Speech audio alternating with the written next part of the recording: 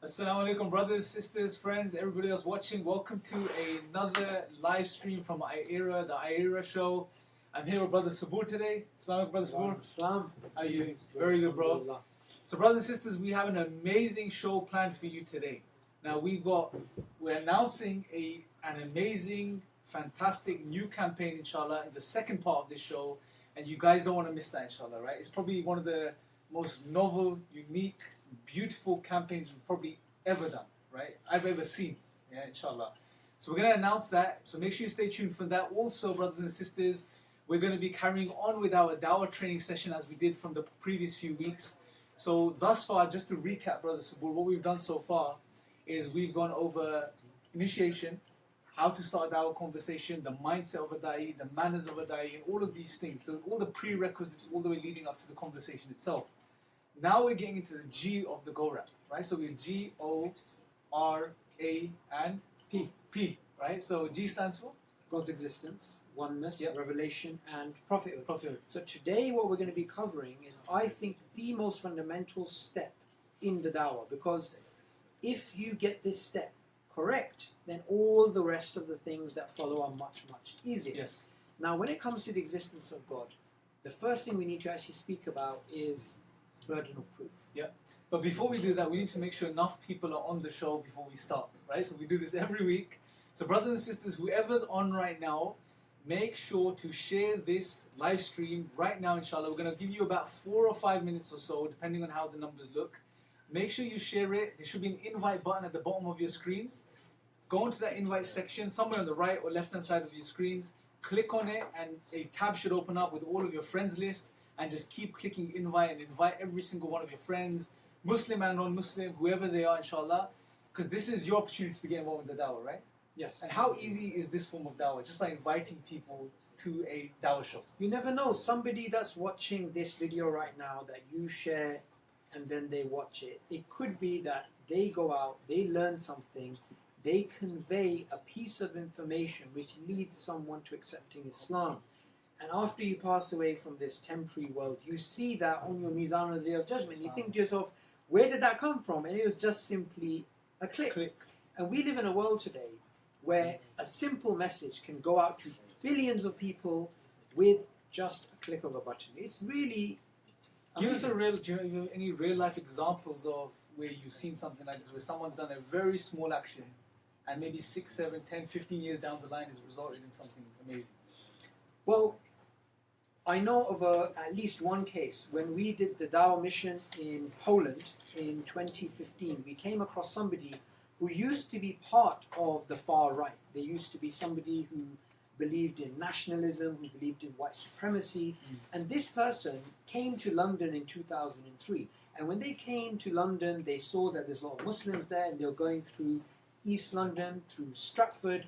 And as they were walking past a Dawah table, somebody gave this Polish man some materials. Yep. Now this person got the materials, he went back to Poland and he had the materials with him, and he read the materials. And after he read the materials, he accepted Islam. And after he accepted Islam, his wife accepted Islam. And after he did that, he started conveying the message of Islam. Wow. By the time that we went to Poland in 2015 and he accepted Islam after 2003, a whole group of non-Muslims, new Muslims, were being taken care of by him, and his wife was taking care of the sisters, and he was taking care of the brothers, and he's facilitating an international dawah mission for us. And all of this happened through just One action. some flyers. So imagine how much more you can benefit by simply sharing this video. Inshallah. So let me just get news in from the crew on the set. Do we have enough brothers and sisters that we could begin? No? Okay, we need to carry on, brothers and sisters. Keep sharing this, inshallah. We're dying to start because we have a lot to cover today, but we need enough people on the show so they can benefit, inshallah, before we officially start. So that's a very profound story. And before I want to share a really, really nice story as well. And before I do that, brothers and sisters, make sure you invite your friends. It's just a click of the button, inshallah. And you know what, even you could share the link wherever. If you're linked to some pages, share this on those pages. Just keep this churning, inshallah, and get as many people as we can on.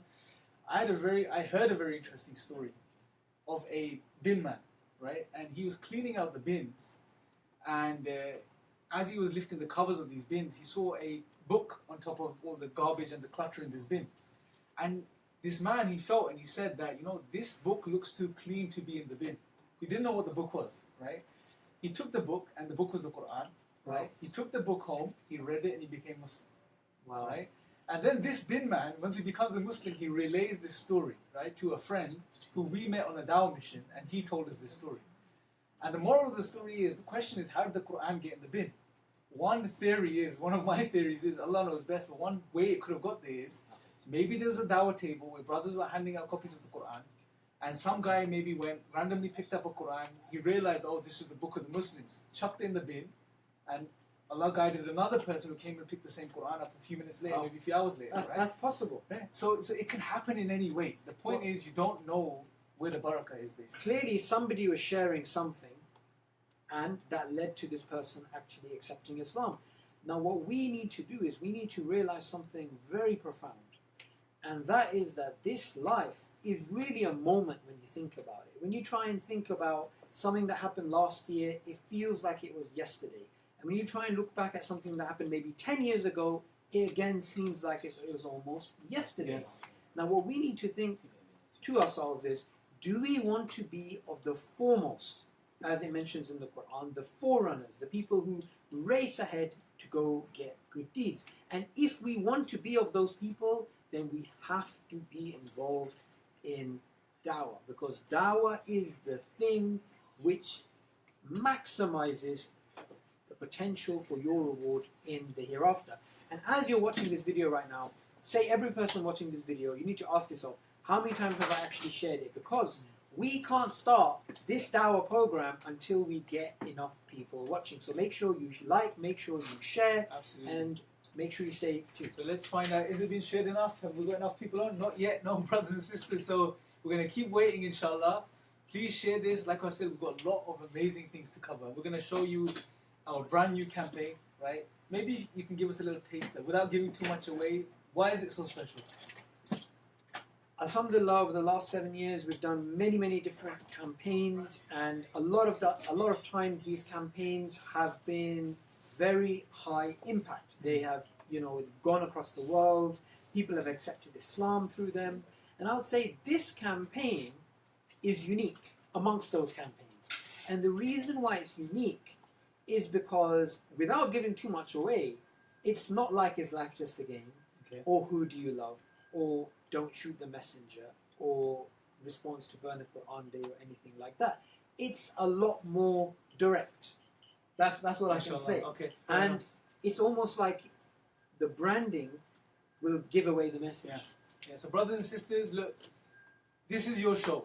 Okay, this is not my show or his show. The brothers that are organizing this and set this up, their show. This is every single person on this, their opportunity and their show to get involved in the dawah. Yeah. So instead of just watching and benefiting, it takes literally 10 seconds. Just click a few buttons, get a few people on, so they can benefit too. I mean, it hasn't ever been this easy to give dawah, yeah, or invite people to Islam, or even inform people about Islam, inshallah. So please, brothers and sisters, make sure you share this. And Brother Subur, so give us an overview before we start. I'm sure we're going to be starting in the next couple of minutes, inshallah, or a minute or so. God's existence. Now, let's pre-frame the whole discussion first, yeah? When it comes to God's existence, when we mention God's existence, whether we are about to have a discussion with someone, whether we're about to train someone or a Muslim about God's existence and how to convey this to people, certain ideas come into people's minds. One of the things is God's existence. I need to prove God's existence. I am going to learn arguments for God's existence. Or if you're giving dawah to a non-Muslim, I am about to receive an argument for God's existence. This idea of proof, evidence, arguments it's rampant. It's all over everyone, right? Everyone is immersed in this thinking, this way of thinking. But what we're going to do is we're going to sort of have a little paradigm shift today, right? We want to share a complete 180 degrees of this, a total opposite view of this, right? But before we do that, why is that the case, you think? Why are people so, whenever they hear God's existence or the word God, the idea of arguments, evidence, proof, all of these things come into their minds? A lot of it is socialization. It's the way that people approach the topic. And as we're going to begin off and we're going to be explaining the crux of the issue, this is really not as complex as it seems. Because when you look at the amount of blogs, the amount of videos, the amount of lectures, the amount of discussions, the amount of argumentation about the existence and the non-existence of God, it's like an endless ocean. Yeah. It's just like, it seems like a river that has no end and has no beginning.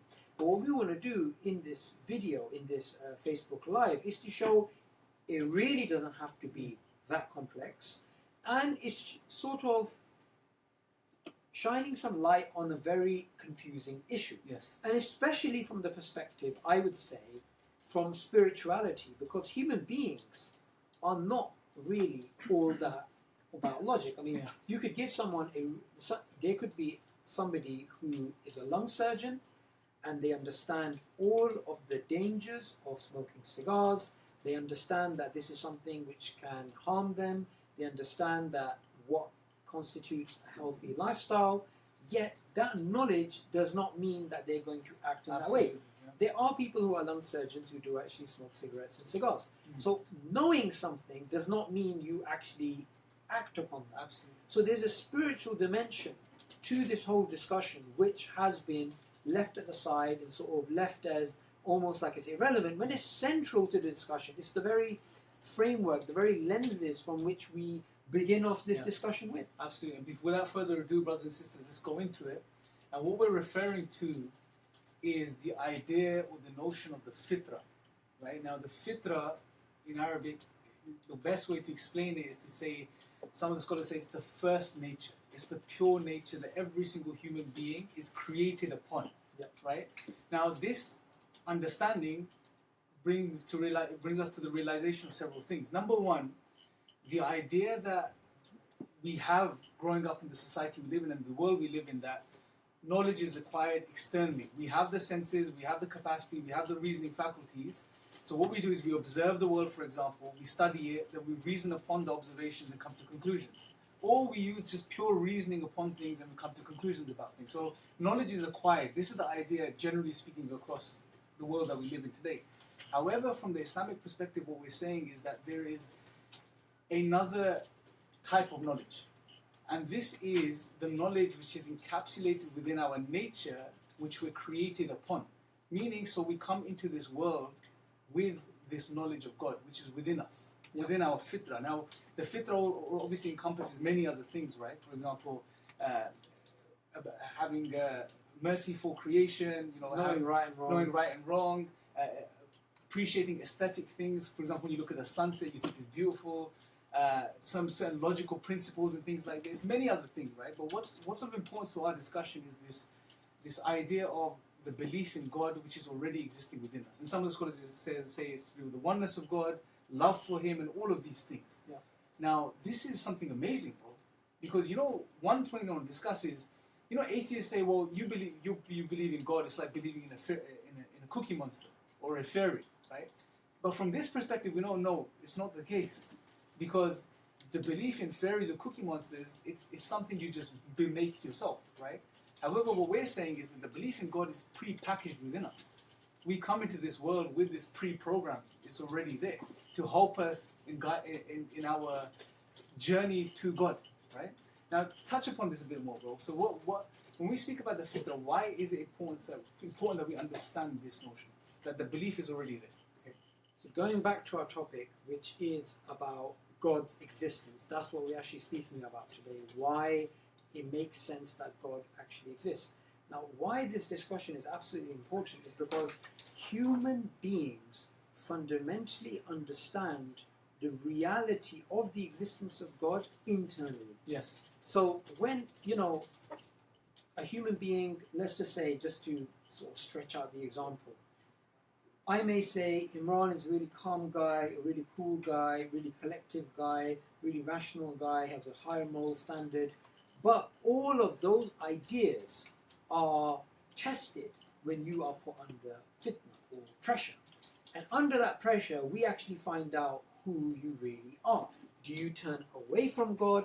Do you get closer to God? How do you react in this state of turbulence? Mm. Now, we know from studies done in psychology, we even know from general human experience, that human beings, when they are put under a life and death situation, or a situation which is very difficult, human beings turn to a higher reality. They turn to God. And it's a very natural reaction, to the point where in every single culture, in every single language, in every single society, we have people who do actually believe in God. And they believe in God because of this natural state. Right. Now, before we carry on, make sure you actually share this video. Yep. Today we are speaking about the existence of God, and also we're going to be unveiling a new campaign, which I was just about to blurt Very out by soon, brothers accident, and sisters. but we are actually going to be mentioning what the new campaign Inshallah. So is. make sure you share this, inshallah, brothers and sisters. And as you guys are probably realizing, this information we're sharing isn't really spoken about when it comes to the question of God's existence and so on and so forth. Going back to your point about the belief in God being natural, now we know there's certain studies which, from a supporting perspective, right? We don't use any other discipline to give us certainty, because our certainty comes from our tradition. In the Quran, Allah clearly says, for example, Fitrat Allah in the 30th chapter, verse 30, that where Allah tells you to incline towards your natural disposition, your fitrah, which was made by Allah, created by Allah. We know the Prophet ﷺ also said that every child is born upon the fitrah, right? So the fitrah is there, right? We are born upon this natural state, which is to believe in God. It's this pure state. However, our society, whatever happens during our upbringing and our growth, things around us shape us, right? It covers the fitrah, it clouds it, whatever you want to say, just put these veils over it, however you want to explain it. The point is that it becomes covered. So what we're saying is that every single human being that exists on the face of this planet, that has existed and that will exist, is existing and comes into existence with this nature. So this is a part of them. The belief of God is a part of them, it's within them. This part of guidance, hidayah, is within them already. So it's not something that comes from outside, it's something that's inside, that comes from the inside out, right? Understanding this knowledge, bro, this information that Allah tells us, and without a shadow of a doubt, it's the truth. How does this impact the dawah? How does this change the dawah? Well, in the 21st century, it takes the conversation away from a purely logical sort of table tennis ping pong style, I'll give you an argument, you'll give me a counter argument, to boiling down to the fundamental issue, which is that this is something within the human being which is always there, and it comes out under experiences, sometimes negative experiences of life and death, sometimes it comes out during very positive experiences. Somebody may have traveled to a distant land and they see the sunset and they start thinking about the stars and they start thinking about God. Or somebody, after many years, they decide to go to, a mosque or something and just try out the prayer and they get a spiritual feeling. So how it changes dawah within the 21st century context is it takes people back to the fundamental point, which is, rather than going to abstract philosophical arguments, it goes down to the root of the issue, which is, this is something within us, logic can bring it out, experiences can bring it out. So let's speak about, do you actually acknowledge that this is a reality within human beings? So let's paint the picture for the brothers and sisters that may be coming across this information for the first time. So what we're saying is that, say my fist, this is the fitrah, right? And it exists within every single human being. Now this becomes covered with whatever your social upbringing, surroundings, you may be doing loads of sins, engaged in fulfilling your desires, whatever the case is, it becomes covered. So what you're saying, bro, is that our job as people who call to Allah, to Islam, is to trigger the fitrah, to awaken it, to uncover it, by the leave of Allah. So what you're saying is the way to do that is manifold. There's not one thing that can clear the fitrah.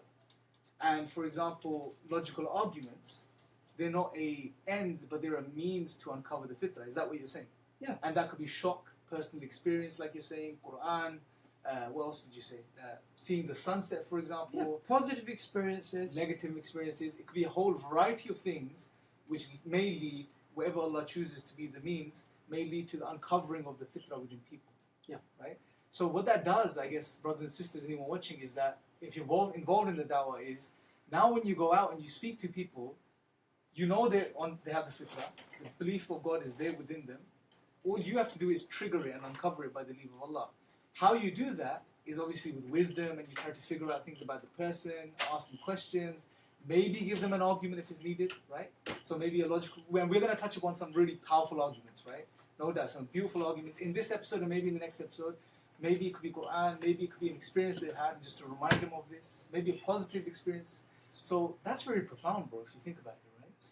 Now, before we go into the logical arguments, I want to touch upon one more angle, right? And that is the perspective, and we spoke about this before, which is reasoning, okay? Now, there seems to be a very interesting relationship between reasoning and our rational faculties and our nature, our internal state. Because what you said was interesting. You said, I think you gave the example of someone wanting to justify something, and they can use their reasoning to justify that thing. What was the example you gave? Sorry. The example, I think what you might be referring to is that your reason is almost like a hired attorney or hired lawyer Yeah. for your inner sort of state. Yeah. So, people always try and rationalize what they believe. And I always go back to this experience I had a few years ago, I think about 7 years ago. I was speaking to a young guy about the existence of God. And I was giving him some logical argument, the design argument, the design of a pen and whatnot. And he said, quite frankly, quite clearly, quite, confidently, he said, look, I don't accept that argument, in so many words. And he said, I don't like the idea of there being someone greater than me. Wow. So he's just frank. Look, I just don't like that idea. Yeah. And another experience I had was when somebody said, well, do you know what? I said to him, okay, if according to your standard, if according to what you believe evidence should be, if you saw God, would you basically worship God? He said, no, I wouldn't. So if there's a fundamental issue deep inside, then reason you're just going to use to try and justify what you want to try and justify. Absolutely. Now, just to go back to the topic, today we are speaking about God's existence, why it makes sense that God actually exists, focusing on the idea of the natural state, the innate belief in the existence of God, the fitrah, and also we're going to be unveiling a brand new campaign, which is, I believe, going to be one of the best campaigns that we have done. Inshallah. So going back, and we're going to wrap this up soon, but I think it's very interesting for people watching, just to give them a bit more information. We're touching upon the idea now that your internal state almost dictates the way you reason, right? And we can use our rational faculties to justify pretty much anything.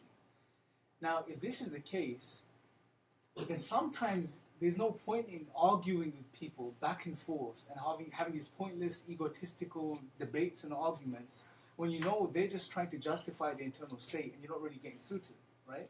So it's very interesting because there's a very interesting passage in the Quran in chapter 3, verse 119, 191, and Allah says that, in the creation of the heavens and the earth and the alternation of the night and day, in it are signs for people of true understanding, ulil albab, right, the words used. Now, this lub, it comes from lub, which means it's the purest part of something else, right? So when it comes to this word here used in this context, it's referring to the understanding of people, the intellects of people.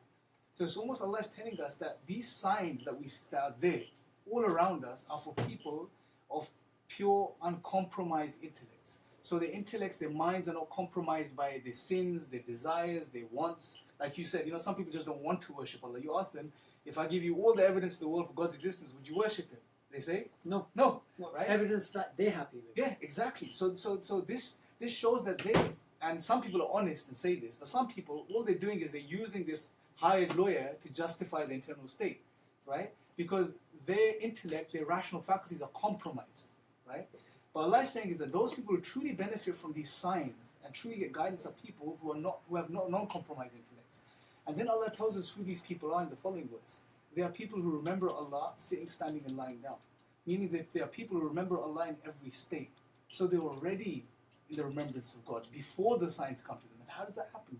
From an innate perspective, right? Yes. And then they reflect over the universe as well, right? So I think it's a very interesting understanding here that it's all about the fitrah, right? It's about being sincere and trying to, like you were saying on the way here today, bro, it's very interesting.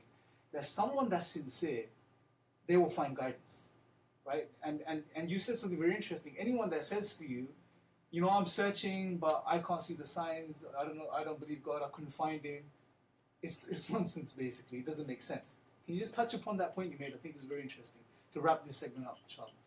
Okay, what I was actually referring to is the whole idea of guidance. Now, Allah makes it clear in the Quran that when you ask for guidance, He gives you guidance. Yes. It's a simple, you know, you have Fatiha and then you have the reply. Yes. So, anybody that is sincere and that is looking, and there are actually many, many people out there who are sincerely looking for guidance, which is why one of the reasons why it's so important to convey the message of Islam, because if, you know, on the Day of Judgment we meet these people and they say, hang on a second, we were looking for guidance, we were asking for the Quran, we were asking for information, and you guys weren't around. So that's why it's very, very important to actually convey the message of Islam. Now, in terms of guidance, if somebody is sincere and they say they want to be guided and they pray for guidance, how is it possible that the Creator who gave you this feeling to want to connect with Him, and then not only did He give you that feeling, He gave you the ability to remember Him, that He doesn't answer the prayer that you asked? It's impossible. It's impossible. It is literally impossible. Do the maths. You know, Yeah. one side has to equal the other. Yeah. Allah has given us that innate ability, that innate desire to want to connect to Him. And if we ask for guidance, why wouldn't Allah guide? And we don't start with tabula rasa, like you say, with no knowledge. There is already the fitrah there to help you Definitely. along the way. And now, this is a good segue to actually begin off how we explain that God exists, now that it has been sorted Yeah, out. so just to summarize for the brothers and sisters watching, inshallah. So we're discussing the fitrah, brothers and sisters. The fitrah is this innate nature that we're born on, that we're created upon. It's within us. The belief in God is already there. It's not something that comes from the outside. It's already there within us, brothers and sisters.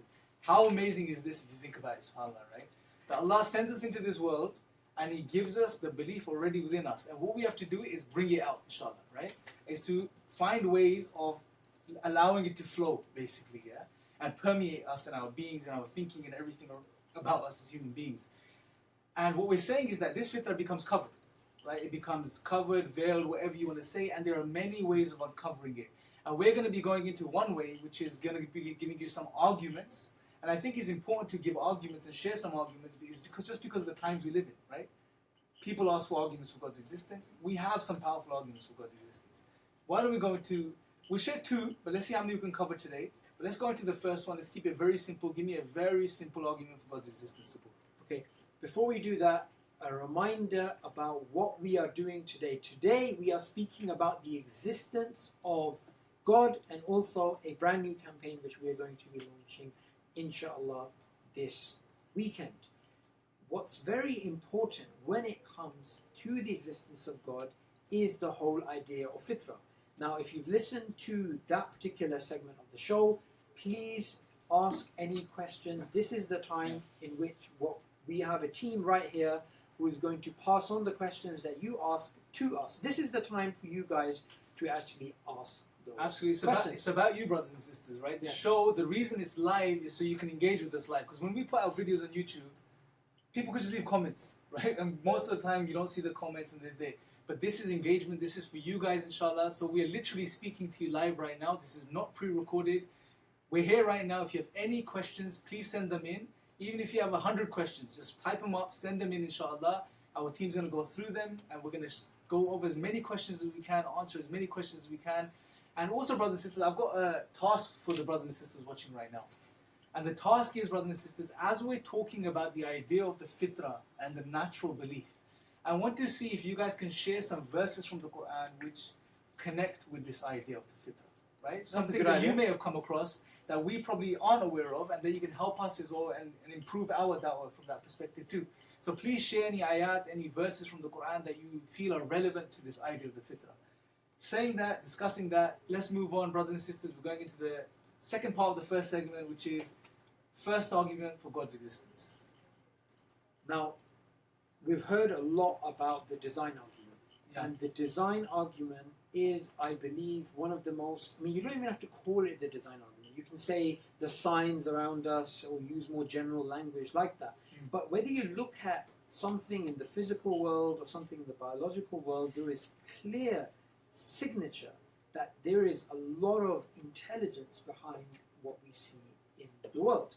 Now, just the other day, I was reading about this beetle. It's called the bombardier beetle. Beetle, near the little insects. Little Beetles, insects, yeah, right? okay. Now, all of these creatures around us, we know that all of these are signs of Allah. Whether it's a horse, whether it's a camel, whether it's a beetle. And this particular beetle, it has two liquids inside of it, right? Two inside of its beneath the stomach, right? Okay. Now, these two liquids, they shouldn't mix, because if they mix, you actually get like an explosion. So the beetle, when it feels it's getting attacked, it releases both the liquids and it goes into the explosion chamber and it attacks its opponent.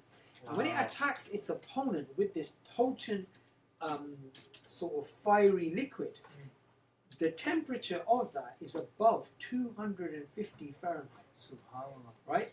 But if that happens to, say, impact another insect, they're gone. What They're would finished. happen if it landed on your skin? Yeah, I have no idea, and I don't want to know. But what's important is, all around us, we have this amazing design. I mean, you know, I think you were writing. There was a. I just related to that. Sorry to cut you off, bro. I was watching a video of David Attenborough, and I was just thinking of you because he was talking about the Darwin spider. Yeah, and this is a little spider, and it's no bigger than your thumbnail, and it sits on one side of the riverbank, and it puts its backside up, and it sprays out this web, and this web flies across the lake slowly over 2-3 meters, right? And it goes and it attaches itself to a leaf on the other side, and then it builds its web around it.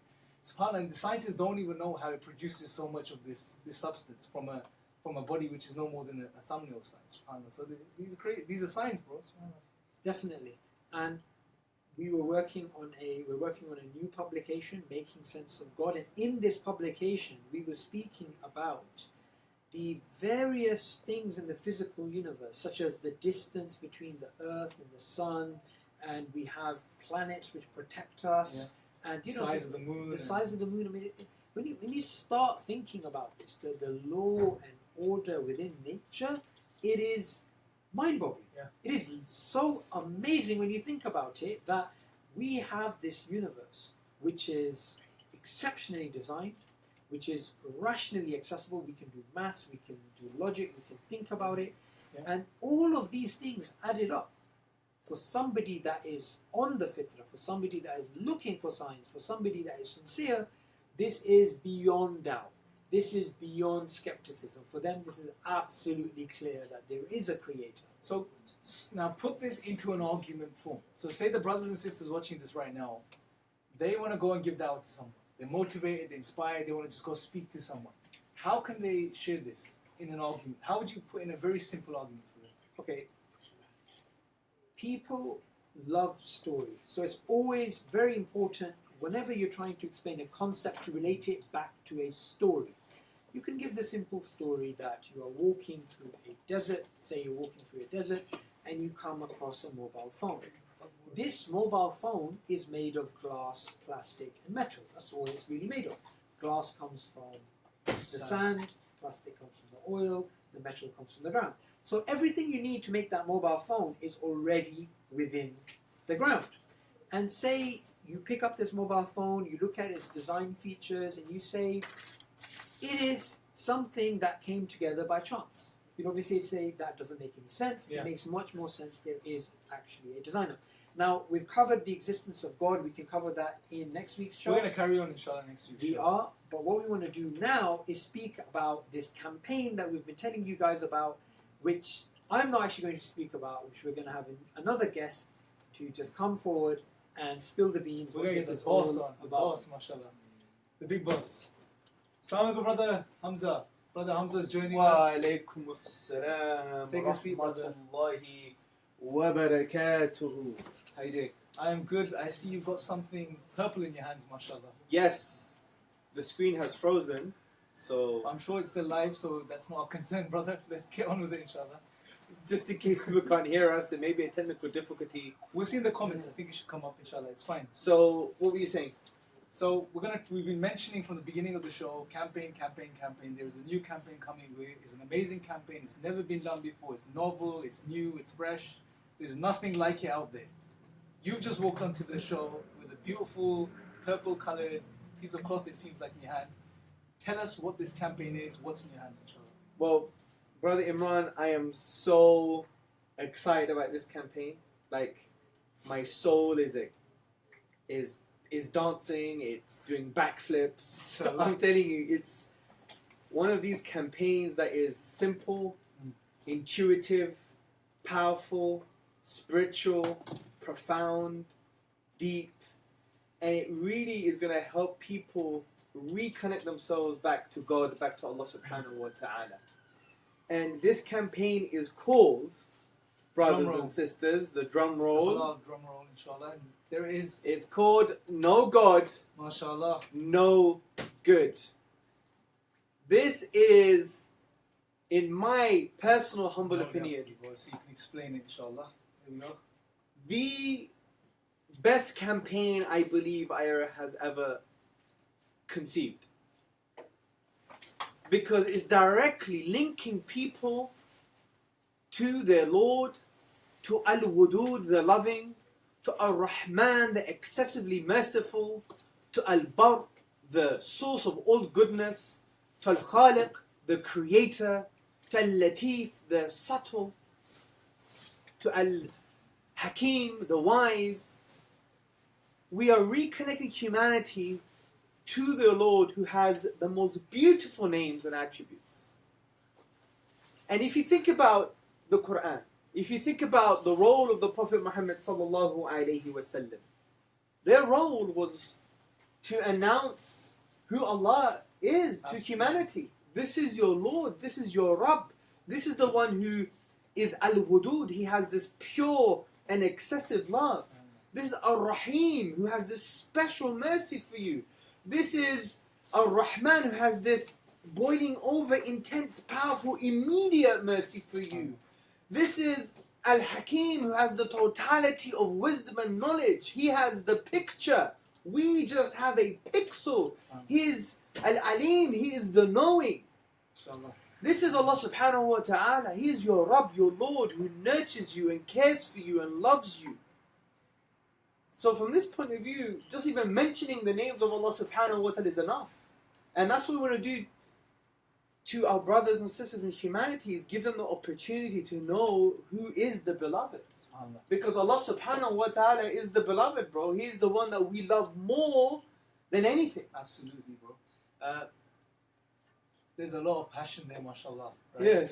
So and I really like this. alhamdulillah. No, this it's good, bro. campaign. It's good because this is what's needed, right? Yeah, and absolutely. what I want you to do, bro, is to really curse on knowledge. We know what it's all about. Sure. Really break it down, inshallah, for the viewers, Okay. bro. Like no God, no good. What's the play? Is it a play on words? What does this mean? It is. It actually. See, the unique thing about the campaign "No God, No Good," it's a play on the phonetics and it's a play on the meaning. So what we're saying is, if you know Allah, if you know God, you will know what good is. And if there is no God, there's no good. SubhanAllah. And why is that the case? Well, it's very simple.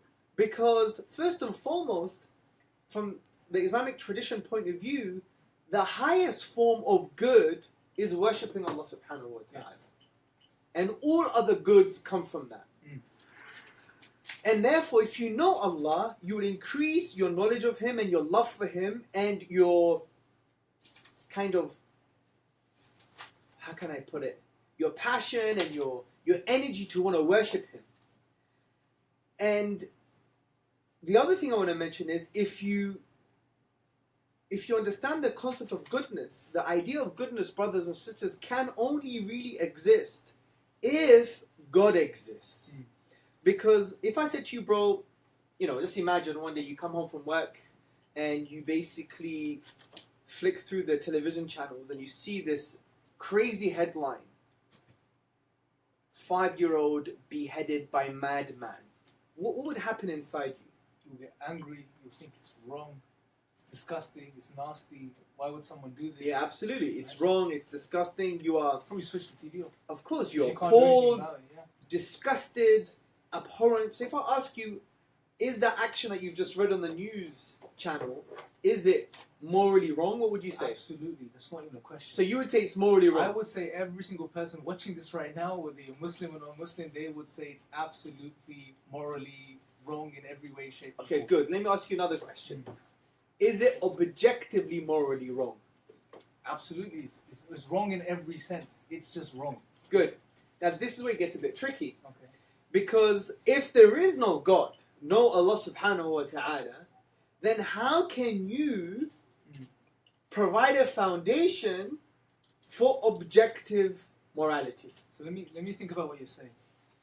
So what you're saying is, we weren't talking about God right now. I just saw this headline, and I know it's wrong in every sense. Like Absolutely. every single other sane human being would say, Yes. it's wrong. But what you're saying is, if you deny Allah, God doesn't exist, then you can't say it's absolutely wrong because you don't have a standard for absolute wrong or right. Or- In a way. Okay. Let me explain what I mean by objective here.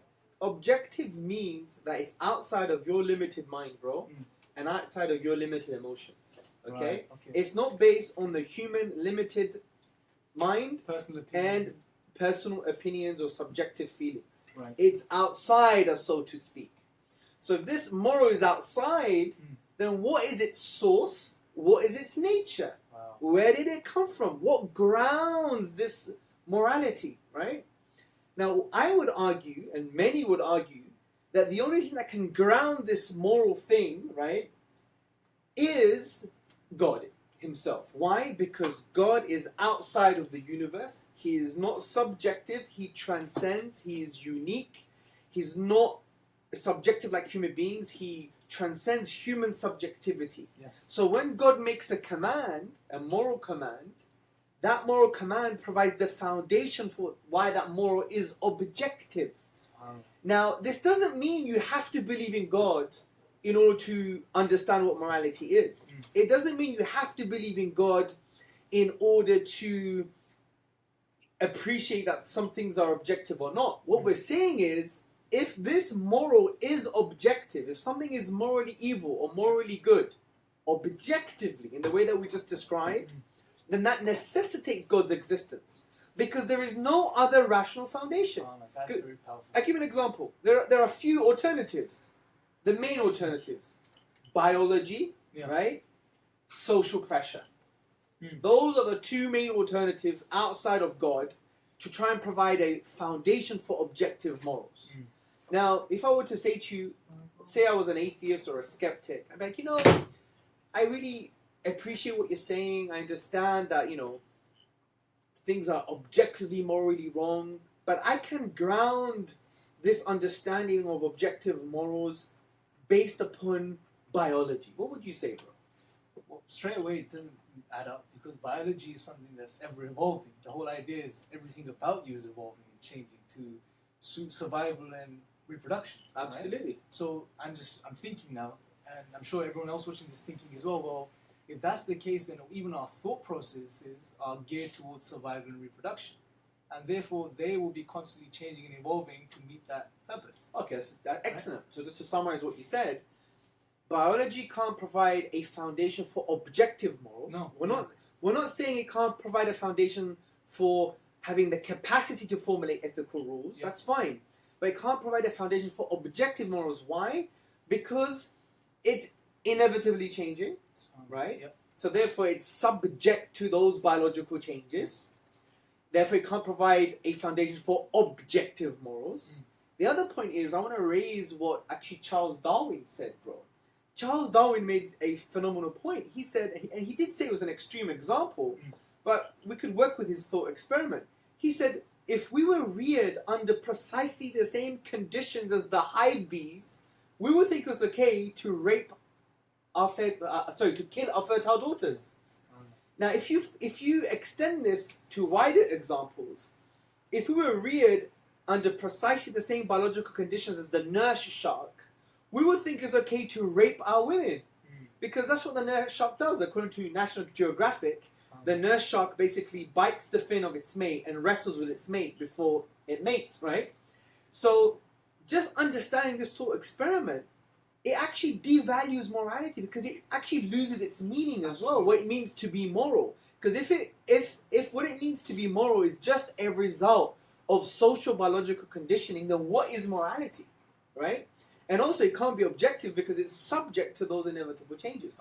Now, one would argue, though, bro, what about natural selection? Natural selection can give us the foundation for objective morals. Well, I would say no. Just like what the moral philosopher and ethicist said, Philip Kitcher, he said, natural selection, all it does, it gives you the capacity to formulate ethical rules. It doesn't give you the foundation. It doesn't ground that moral that we said that was outside of our limited human emotions and limited mind. It doesn't ground that objectively, right? So that's biology. Now, if I were to ask you, okay, fair enough, it's not biology. Yep.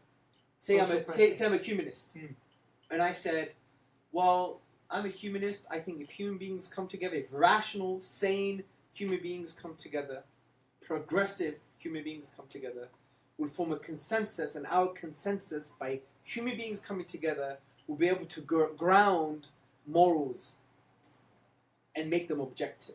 What would you say? You still run into the same problem, right? Because then it's just the societies as a whole's idea of what right and wrong is. It's still their subjective opinion, a collective subjective opinion, but it's nevertheless a subjective opinion of society. It's still within them as a human being, right? Yes. So that's a problem in itself, right?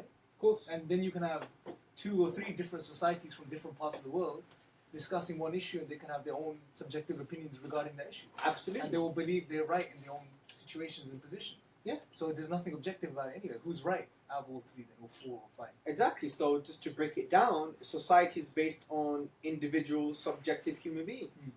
One subjective human being plus another subjective human being, you're still going to get something subjective. Yeah. Not only that, societies are known to change. Yes. If you look at the history of societies, you see that they change.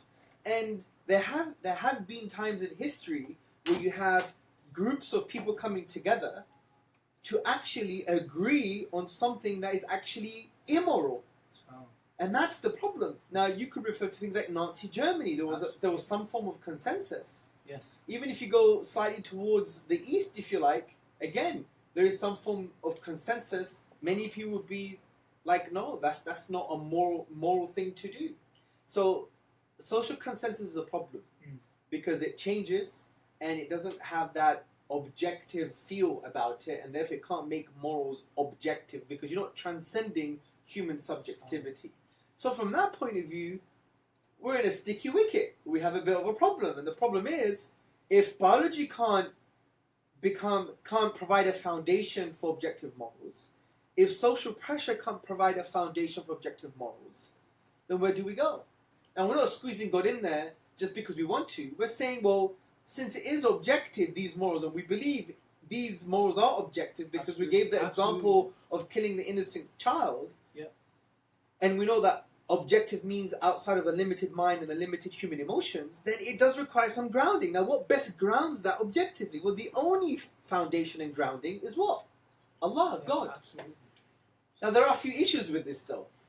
You have the famous contention which is called Euthyphro's dilemma, Plato's dilemma. And it's a typical response. You find this response, for example, in popular atheist literature. You have Alam Shah's book. It's called The Young Atheist Handbook, and he mentions this. You know, is it good because the commands of God are good, or is it good because I forgot the dilemma now. How does it go? Is it good because God's commands are good? Because God's commands are good, or is it good because what God commands is good? Or is it the same thing? I might have to Google it now. I even wrote about this in my book. Okay, is it good because God said so? Yeah. Or is it good because what God says is good? Yeah, okay, so good. Is God brilliant. Limited to goodness and he can't escape it? I think that's absolutely. So here's the dilemma. Yeah. So is it good because God said it, God commanded it? Yeah. Or is it good because his commands are good? Yeah. So this is a dilemma. So if you go with the first part of the dilemma, it's good because God said so, then one would argue morality becomes quite arbitrary. So God changes. Yeah, God could change his mind. God could basically say you should kill all 5-year-olds. And just because he said it, It becomes objective. then it becomes objectively good. Yeah. And that there's nothing within us that already recognizes objective good. And that's the problem. So if you go with the first part of that dilemma, saying, well, you know, what God says is good, well, the problem here is that it becomes so arbitrary that God can command anything. And not only that, we should not have anything within us that actually recognize objective goodness, because it's arbitrary and God could say whatever he wants, kind of thing, right? So what's the problem with the other? Well, the problem with the other one is, if what God commands is good, then that means you already know what good is, and you're judging God's commands by an external good, external to God. Yep. So where do you go? Mm. This is a big dilemma. Now, traditionally, Muslims have always been divine command theorists. There is a middle way. And the middle way, just like Professor Akhtar said in his book, The Quran and the Secular Mind, A Philosophy of Islam, is a really good book. He basically says, well, actually, there is a third way. It breaks the dilemma. And the third way is, God is good. And there's a subtlety here. And we know Allah's name is Al-Bar, which means the source of all goodness. He is good, therefore what he commands is a derivative of who he is, which is goodness. Now one would argue, well, why is God good? Well, God is good because he defines what good is. He's the source of all goodness. And the reason he defines what good is, because he's the only being worthy of worship. And conceptually, the only being worthy of worship is the highest form of good, right? The highest form of the highest source of goodness. So we break the dilemma that way. Right. So And that's a bit deep, but is very deep. the point bro. is, Yeah. from the point of view of the campaign, bro, Yeah. you tell everybody, So what are we going to do on a practical level? So one thing we've established from what you've discussed, although it was deep and quite technical to maybe for many of us, right? However, you made a very powerful argument highlighting that if you want to know goodness in its true sense, from an objective perspective, it only makes sense through God, right? Whether you're an atheist, whoever you are, you can deny God, but the fact that you believe in objective goodness is because God exists. Absolutely. You denying Him, that's just your position. It doesn't mean God doesn't exist, Sure. right? Now, I want to touch upon the other element of this campaign, bro. That simple, spiritual, innate, fitri element, which is just knowing our Creator. And as we get to know Him and His names and we learn about Him, how that impacts the human being and what we want to achieve through getting people to just know the Creator. Well, I think you should start by saying, what is our tool for this campaign, bro? Yes, so what we've done, and it was, may Allah bless whoever idea this was, it's a phenomenal idea. What we decided to do was, we want to introduce Allah subhanahu wa ta'ala to humanity this Ramadan, right? And we know Ramadan is a month where we try to connect with Allah subhanahu wa ta'ala, we try to draw closer to Him as Muslims. We fast during this month because Allah told us to fast, and it aids in us to having taqwa, consciousness of Allah subhanahu wa ta'ala. And what we thought was, why not do a campaign, do dawah in this month, where there's so many rewards, and do this amazing act, the job of the prophets, but do it and inform humanity of the Creator through it, right? And the best way of doing that, we thought one way of doing that was to introduce Allah and His names, what Allah has told us about Himself. Brilliant. The names Allah has taught us. So what did of we Himself. develop? So we developed a beautiful booklet, Brilliant. right? Which I believe has 100 names of Allah subhanahu wa ta'ala that Allah tells us in the Quran and the authentic hadith. So what you're saying here is that we basically compiled all the names of Allah subhanahu wa ta'ala that we know of. Yeah, not all of them, but The we ones come- based on a prophetic tradition Yeah. and based on the Quran. Quran. Yeah, And we explained it in a way that was spiritual, Yeah. that a non-Muslim would understand. absolutely. And what was our criteria for each name? What was our criteria for each name? Did you have there was a criteria, but my brain's gone dead right Sorry, now. well, the criteria was that when you read each name, it makes you want to know Allah subhanahu wa ta'ala more. Yes. Okay? So for example, we discussed Allah's name Al-Wudud. Yes. He is the excessively loving. Yeah. The word Al-Wudud comes from the word wud, which means a loving that is giving. And we discussed, even in the book, and it's very short, it's like one paragraph nice with little a booklet. verse or a hadith or a prophetic tradition. And when we talked about Allah's love, for example, we said Allah's love is the purest form of love, because He doesn't need to love, because He is Al-Ghani, He is independent, yet He loves. And His love even transcends a mother's love, which is one of the highest forms of worldly love, because a mother needs to love, it fulfills her. But Allah doesn't need to be fulfilled. He is Al-Ghani, the independent, yet He loves. And He gains nothing by loving. So imagine how pure His love is. Just knowing this conceptually, you would want to taste some of Allah's love. Do you see my point? So we've done that with all the names. So let me ask you a question. What's one of your favorite names of Allah subhanahu wa ta'ala? Apart from the one that we've just One mentioned. came to mind was Al-Wali, the protective friend. Like, and if you think about this, we, as human beings, we have this loneliness inside of us. We want friends, right? We want to be around people. We want to associate with people. We want to have friends that we can rely upon, that can help us in need. But Allah tells us that He is the protective friend of those that believe the Quran. SubhanAllah. The creator of the heavens and the earth, who's above His throne, who's bigger than everything, the creator of all that exists. And this insignificant, these little creatures that are running around on this planet, this blue little dot, which is tiny in our own solar system compared to the other galaxies and so on and so forth, He tells these little creatures that He is their protective friend. He is taking care of. How? Just think. If you think about, if you have Allah as a friend, you don't need anyone else. And this is why, if you know Allah, you will never be lonely. Because I remember I read a statement just a few days ago. It said, "You're only lonely if you don't like the person you're with." So if you're alone by yourself and you're still lonely, you don't like yourself. But the believer, he understands that Allah is closer to him by His knowledge than his jugular vein. And if you know Allah, how can you ever be lonely? Because He is Al-Wali, the protective friend. Allahu Akbar. And Sabur was telling me just the other day about Ibrahim alayhi salam, that, you know, what comes to mind when you think about the story of Abraham? You think about sacrifice, you think about, you know, idol worship, skepticism, tawheed, calling people to the worship and love of Allah. And we're going all through these things, and he said, "No, there's one more thing you're missing." I said, "What?" He said, "Loneliness." He was alone calling people to Allah. He made the adhan and no one was there. He was alone and left his family and sacrificed for Allah alone. And Allah calls him Khalil Allah, the friend of Allah. So that's just amazing. I mean, so brothers and sisters, this is exactly what we want you to start feeling. And what we want you to start feeling is that when you reflect on the names of Allah subhanahu wa ta'ala, I am telling you, there is nothing but what's going to happen in your soul is that you want to know Allah more and you want to worship Him more. And even humanity would want to know Allah more and worship Him more. And I really believe just giving this booklet out to humanity, to our brothers and sisters in humanity, when they start understanding, wow, this is God? God is not a guy in the sky with a big white beard telling us what to do, but God is my loving friend.